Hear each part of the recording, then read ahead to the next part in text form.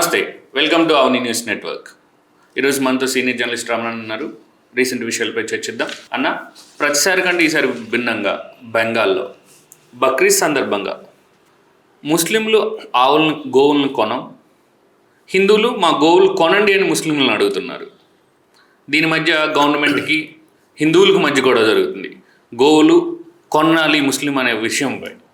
ఇదేం అంటే విభిన్నమైన పరిస్థితి. ఇది విచిత్రమైన పరిస్థితి. అసలు ఇది నిజంగానే విచిత్రము. వీళ్ళు ఏదైతే మత ఆధారిత రాజకీయాలు చేస్తున్నారో దానికి ఇది చెంపపెట్టు. నిజం చెప్పాలంటే ఏదైతే ముఖ్యంగా గోవుకు సంబంధించి గోవును మాతగా చెప్పి హిందువులకు దేవుడు అని చెప్పి దేవత అని చెప్పి ప్రచారం చేస్తూ ముస్లింలు గోవులు తింటారు కాబట్టి వాళ్ళు శత్రువులు అని చెప్పి ప్రచారం చేస్తున్నారు. ఇది చెంపపెట్టు ఆ ప్రచారానికి. బెంగాల్ కొత్త ప్రభుత్వం బీజేపీ ప్రభుత్వం వచ్చిన తర్వాత చాలా కఠినమైన నిబంధనలు కొన్ని పెట్టింది. కఠినమైన నిబంధనలు కొత్తగా పెట్టడం కాదు, 1950 యాక్ట్ ఒకటి ఉంది. West Bengal animal slaughter control act అని 1950లో ఉంది. దాన్ని చాలా సీరియస్గా పట్టించుకొని ఈసారి బక్రీద్, ఈ నెల 27న బక్రీద్, ఇంకో 3-4 రోజుల్లో 5 రోజుల్లోనే వస్తుంది బక్రీద్. బక్రీద్ అంటే వాళ్ళు చాలా పెద్ద ఎత్తున ఆవుల్ని, ఎద్దుల్ని, గొర్రెల్ని, ఒంటెల్ని బలిస్తారు. వాళ్ళు చాలా పెద్ద ఎత్తున దేశవ్యాప్తంగా ముస్లింలు తింటారు కాబట్టి చాలా బిజినెస్ జరుగుతుంది. ఈ కాలంలోనే వాటి బిజినెస్ బాగా జరుగుతుంది. ఈసారి ఈ యాక్ట్ సీరియస్గా వీళ్ళు అమలు చేస్తుంది. గవర్నమెంట్ గోరక్షణ సీరియస్గా కఠినంగా అమలు చేస్తున్నది. దాంతో ఏమైందంటే దాంట్లో కొన్ని కఠిన నిబంధనలు ఉన్నాయి. 14 ఏళ్ల లోపు ఉన్న ఆవులను కానీ ఎద్దుల్ని కానీ వధించడానికి వీల్లేదు. 14 ఏళ్ల లోపు ఉన్నది. ఆ ఏజ్ డిసైడ్ చేయడానికి సర్టిఫికెట్ కావాలి. Veterinary certificate compulsory. అది 14 ఏళ్ళకి తక్కువ ఉందా ఎక్కువ ఉందా అని డిసైడ్ కానీ వెటర్నరీ సర్టిఫికెట్. ఇట్లా కొన్ని రూల్స్ అండ్ కండిషన్స్ ఉన్నాయి. ఆ 1950 యాక్ట్లోనే ఉన్నాయి. ఆ రూల్స్ కఠినంగా అమలు చేస్తామని బెంగాల్ గవర్నమెంట్ ప్రకటించిన తర్వాత బెంగాల్లో పెద్ద ఎత్తున గొడవ మొదలైంది. గోవధ ఎద్దులను కానీ ఆవులను కానీ బీఫ్ మాంసం అమ్ముడు పోవాలంటే ముస్లింలు అందరూ కొనాలి. మ్యాక్సిమం బక్రీద్లో అమ్ముడుపోతాయి, పెద్ద ఎత్తున అమ్ముడుపోతాయి. హిందువులు తినరా? హిందువుల్లో కూడా చాలా కులాల్లో తింటారు ఈ మాంసాన్ని. దళితులు తింటారు, బీసీల్లో కొంతమంది తింటారు, చాలా మంది తింటారు. ప్రోగ్రెసివ్ ఉన్న వాళ్ళు ఏ కులమైనా సరే తింటారు వాళ్ళు. ఇప్పుడు ఏమైంది, వీళ్ళు వద్దు అని చెప్పడంతో కఠినంగా అమలు చేయడంతో గొడవ స్టార్ట్ అయింది. గొడవ ఎవరు చేశారు? హిందువులు స్టార్ట్ చేయడం మొదలుపెట్టారు. ఇక్కడ ముస్లింలు గొడవలు చేయలేదు, హిందువులు స్టార్ట్ చేశారు. కారణం ఏంటంటే ఎప్పుడైతే బెంగాల్ గవర్నమెంట్ రావడమే చాలా హింసాత్మకంగా వచ్చింది. ముస్లింల మీద దాడులతో బెంగాల్ను ఆక్రమించుకునే ధోరణిలో. బెంగాల్లో బీజేపీ గవర్నమెంట్ ఎన్నికల్లో గెలవడం కాదు, అక్కడ బెంగాల్ అనే రాజ్యాన్ని ఢిల్లీ అనే రాజ్యం ఆక్రమించుకున్నది. అదే పద్ధతిలో ప్రచారం చేశారు వాళ్ళు. ప్రచారం కూడా అదే చేసింది బీజేపీ వాళ్ళు. అట్లా ఆక్రమించుకున్న దాన్ని ఆక్రమించుకొని ముస్లింలకు వ్యతిరేకంగా ప్రచారం చేసి ముస్లింలను భయాందోళనకు గురి చేశారు. ఇప్పుడు ఈ చట్టం కఠినంగా అమలు చేస్తా అన్నంతో ముస్లింలు ఇప్పటికే భయపడిపోయి ఉన్నారు. ఎందుకంటే ఎలక్షన్ టైంలో విపరీతంగా దాడులు జరిగాయి వాళ్ళ మీద. వాళ్ళ అభ్యర్థుల మీద కూడా దాడులు జరిగాయి. ముస్లిం అభ్యర్థి ఎవరు ఉంటారో వాళ్ళ మీద, టీఎంసీ అభ్యర్థుల మీద చాలామంది మీద దాడులు జరిగాయి. ముస్లింలు భయపడుతూ బతికే పరిస్థితి అక్కడ తీసుకొచ్చారు. ముస్లింలందరూ ఈ దేశం వాళ్ళు కాదని, అందరూ బంగ్లాదేశీలే అని ప్రచారం చేసి వాళ్ళను ఒంటరిగా చేసి ఒక మూలకు నెట్టేసే ప్రయత్నం కూడా బీజేపీ చేసింది. భయపడుతూ ఉన్నారు ఇప్పుడు ముస్లిం. ఇలాంటి పరిస్థితుల్లో బక్రీద్ వచ్చింది. బక్రీద్లో ముస్లింలు అందరూ బీఫ్ తింటారు, కొంటారు. ముస్లింలు అందరూ కాదు, పేద ముస్లింలు ధనవంతమైన ముస్లింలు మేకలు కొంటారు, ఒంటెలు కొంటారు, గొర్రెలు కొంటారు.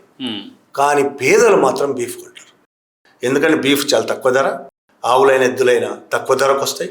మేకకు పెట్టే ధరలో సగం కంటే తక్కువ, మటన్ కంటే తక్కువ కదా బీఫ్. మటన్ 800-900 అంటే బీఫ్ 200-300 వస్తుంది.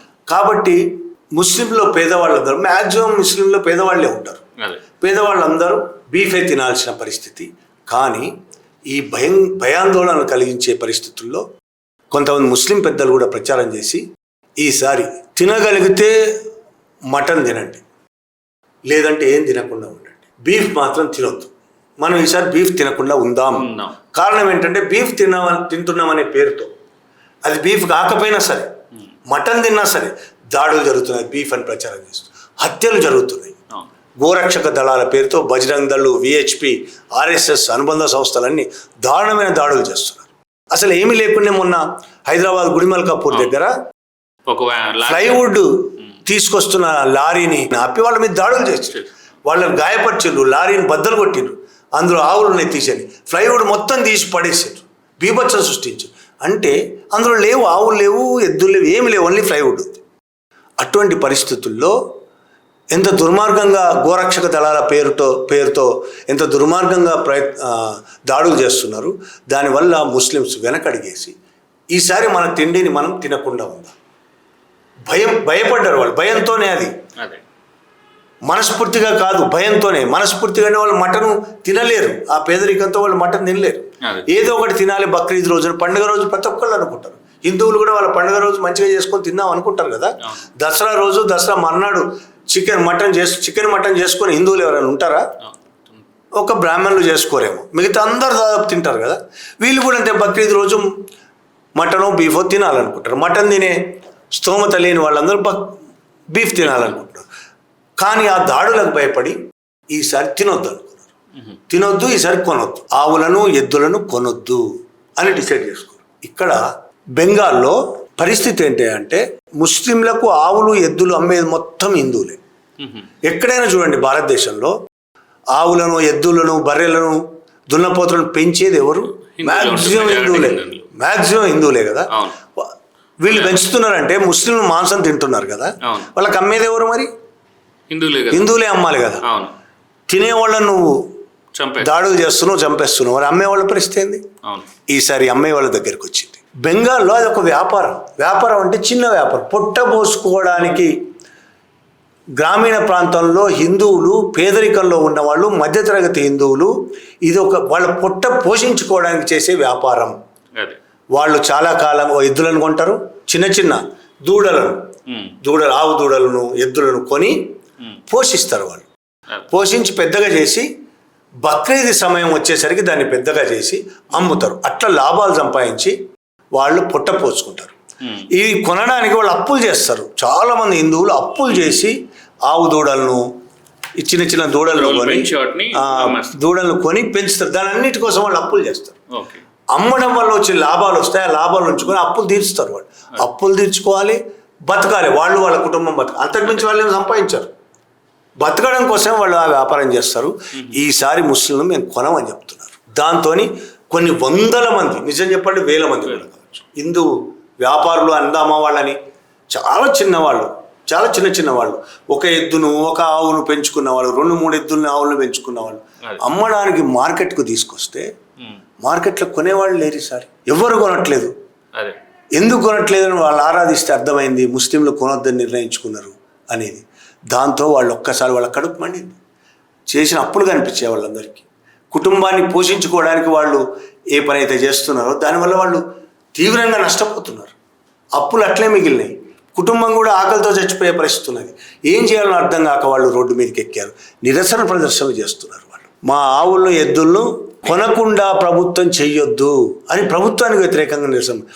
শুভেন্দু অধিকারী এসে তুই গদিতে বসে আছিস, তুই কি করছিস? মানুষকে এরকম করে হিন্দু ধর্মতে সবকিছু তো নষ্ট করে দিচ্ছিস. వాళ్ళు ముస్లింలకు వ్యతిరేకంగా చేయట్లేదు. ఆ హిందువులందరూ కూడా ముస్లింల గురించి చాలా మంచిగా మాట్లాడుతున్నారు. వాళ్ళు ప్రభుత్వానికి వ్యతిరేకంగా చేస్తారు. అందులో కొందరు బీజేపీ ఓట్లేసిన వాళ్ళు కూడా ఉండొచ్చు. మా హిందూ ప్రభుత్వం అని కథలు నరనరాన జీర్ణించుకుపోయిన వాళ్ళు ఓట్లేయచ్చు. కానీ వాళ్ళ తిండి లేని పరిస్థితి ప్రభుత్వమే చేస్తుందని ప్రభుత్వానికి వ్యతిరేకంగా ధర్నాలు చేస్తున్నారు, రాస్తారోకాలు చేస్తున్నారు, పోలీసులు లాఠీ చార్జీలు చేస్తున్నారు. కొన్ని వేల మంది వాళ్ళ తిండికి గతి లేని పరిస్థితి రాబోతున్నది. వాళ్ళు తరతరాలుగా ఏ వ్యాపారం అయితే చేసుకుంటూ వస్తున్నారో దాన్ని సర్వనాశనం చేసింది బీజేపీ ప్రభుత్వం. వాళ్ళ ఆవు రాజకీయాల కోసం, వాళ్ళ ఓట్ల రాజకీయాల కోసం బీజేపీ సర్వనాశనం చేసింది. నిజంగానే భారతదేశంలో ఆవులు వధకు వెళ్లకుండా ఉంటున్నాయా? పెద్ద పెద్ద కంపెనీలు ఎన్ని ఆవులను రోజుకు కోస్తున్నారు, నరికి చంపుతున్నారు. కొన్ని లక్షల ఆవులు ప్రతిరోజు ఈ కనీసం 10 కంపెనీలు ఉంటాయి భారతదేశం. 10 కంపెనీలు కూడా బీఫ్ని ఎక్స్పోర్ట్ చేస్తాయి, చాలా దేశాలకు ఎక్స్పోర్ట్ చేస్తాయి. దీని మీద ఆధారపడి చాలా దేశాలు మన బీఫ్ మీదే ఆధారపడి బతుకుతున్న దేశాలు, బతకడం అంటే తిండి కోసం బీఫ్ తినే దేశాలు చాలా ఉన్నాయి. కానీ ఈ మేజర్ ఎక్స్పోర్టర్స్లో హిందువులే ఉన్నారు, బీజేపీ నాయకులు కూడా ఉన్నారు అనేది. ఒకళ్ళిద్దరు కాదు, మేజర్ ఎక్స్పోర్టర్స్ కాదు, మొత్తం కంపెనీలు, ఈ వధించే కంపెనీలు మొత్తం హిందువులవే. ఆ హిందువులు కూడా అగ్రవర్ణాలు, మార్వాడీలు, హై క్లాస్, ఎవరైతే వెళ్ళరో వాళ్ళే చేస్తున్నారు ఇవన్నీ. వాళ్ళే చెప్తారు ఆవు మా దేవత అని చెప్పే ఎవరైతే ఉన్నారో, ఆవును మనం కాపాడాలి దేవత అని కథలు చెప్పే ఎవరైతే ఉన్నారో వాళ్ళే ఆవులను ఎద్దులను వధించి బీఫ్ ఎగుమతి చేసేవాళ్ళు వాళ్ళే. వాళ్ళు బ్రహ్మాండంగా బతుకుతున్నారు. బెంగాల్లోనైనా సరే, ఇంకో రాష్ట్రంలోనైనా సరే, ఎక్కడైనా వాళ్ళు బ్రహ్మాండంగా బతుకుతారు. కోట్లు సంపాదిస్తున్నారు వాళ్ళు ఎక్స్పోర్ట్తో. మోడీ ప్రభుత్వ మద్దతుతో చేస్తున్న పని ఇదంతా. కానీ అదే బీజేపీ ఈ చిన్న వ్యాపారుల మీద దాడులు చేస్తుంది, ముస్లింల మీద దాడులు చేస్తుంది, వాళ్ళ బతుకు లేకుండా చేస్తున్నది. అందుకోసం ఇప్పుడు బెంగాల్లో వాళ్ళు మార్కెట్ లేక వాళ్ళు అమ్ముకోవడానికి రోడ్డు ఎక్కాల్సిన పరిస్థితి ఉంది. అందుకనే విచిత్ర పరిస్థితి ఏర్పడ్డది. ఇప్పటివరకు భారతదేశంలో ఎప్పుడూ లేదు. ఆవులను చంపొద్దు, మేము కొనము అని ముస్లింలు అన్నాం. లేదు మీరు కొనాల్సిందే తినాల్సిందే అని హిందువులు అన్నాం అని.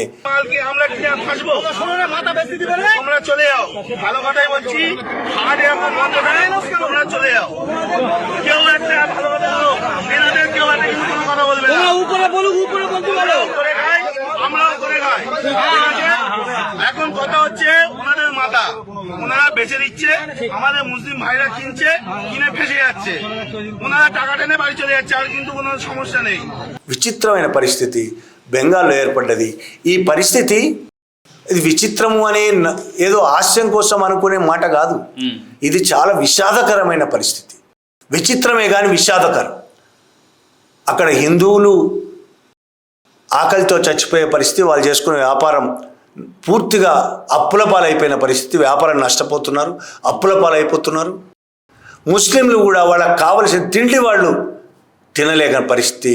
ఈ మొత్తం ఆర్థిక వ్యవస్థకు సంబంధించిన ప్రశ్న కూడా ఇది. ఈ ఆవులన్నింటినీ ఎద్దులన్నింటినీ కొన్ని వాళ్ళు ఏం చేస్తారు, చచ్చిపోతాయి అవి. పోనీ ఎవరైనా పోషిస్తున్నారా? గోరక్షకులు అని కథలు చెప్తున్నారు కదా వీళ్ళందరూ. గోరక్షకులు ఏం చేస్తున్నారు? మేము గోవులను పెంచుతున్నామని గవర్నమెంట్ నుంచి ఫండ్స్ తీసుకొని మరీ చేస్తున్న వాళ్ళు గోవులను అమ్ముకుంటున్నారు చాలామంది. చచ్చిపోతున్న వాళ్ళకి తిండి కూడా పెట్టట్లేదు. ఇవాళ ఈ విచిత్ర పరిస్థితి అని మనం చెప్పుకుంటున్న ఈ పరిస్థితిలో, ఈ విషాదకరమైన పరిస్థితి రావడానికి బీజేపీ పూర్తి కారణం. బీజేపీ అనుబంధంగా ఉన్న, లేకపోతే ఆర్ఎస్ఎస్ అనుబంధంగా ఉన్న బజరంగ్ దళ్, ఈ మూకలు ఉన్నాయి కదా, గోరక్షక దళాల పేరుతో నడుస్తున్న మూకలు, ఆ మూకలే ఈ పరిస్థితి కారణం.